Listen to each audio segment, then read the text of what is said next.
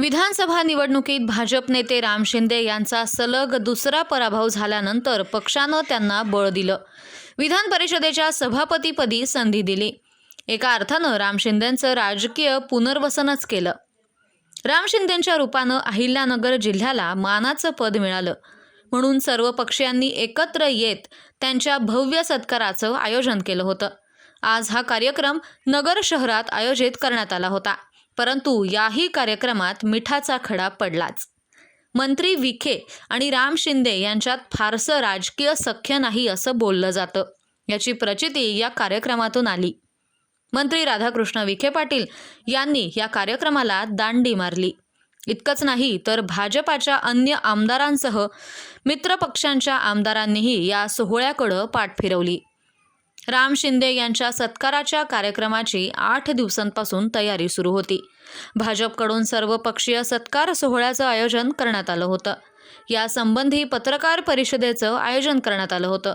मात्र या पत्रकार परिषदेतही आघाडीच्या पदाधिकाऱ्यांनी पाठ फिरवली आहे. यामुळं मुख्य कार्यक्रमाला सर्व आमदार, मंत्री आणि खासदार उपस्थित राहणार का, याबाबत शंका उपस्थित केली जात होती. मात्र या सत्कार सोहळ्याला लोकप्रतिनिधींनी दांडी मारली आहे. या कार्यक्रमाला ज्येष्ठ समाजसेवक अण्णा हजारे, पोपटराव पवार मात्र आवर्जून उपस्थित होते.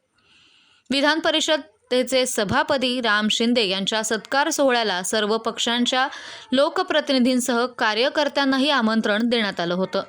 मात्र या कार्यक्रमाला जिल्ह्यातील 12 आमदारांपैकी केवळ एका आमदारानं उपस्थिती दर्शवली. धक्कादायक बाब म्हणजे महायुतीमधील मित्र पक्षांनी या कार्यक्रमाला दांडी मारली. तसेच भाजपच्या आमदारांनी देखील याकडे चक्क पाठ फिरवली आहे. विशेष म्हणजे जलसंपदा मंत्री राधाकृष्ण विखे यांनी देखील या कार्यक्रमाला गैरहजेरी लावली.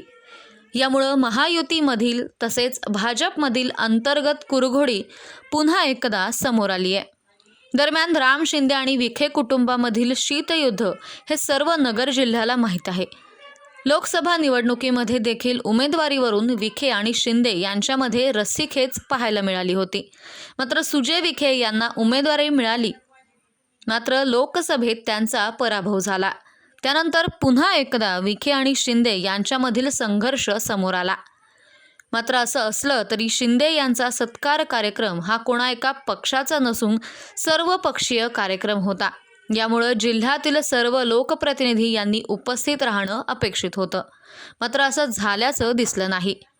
लोकप्रतिनिधींनी पाठ फिरवल्यानं सर्वपक्षीय सत्कार सोहळा हा कार्यक्रम सपशेल फेल गेल्याची चर्चा राजकीय वर्तुळात रंगली होती.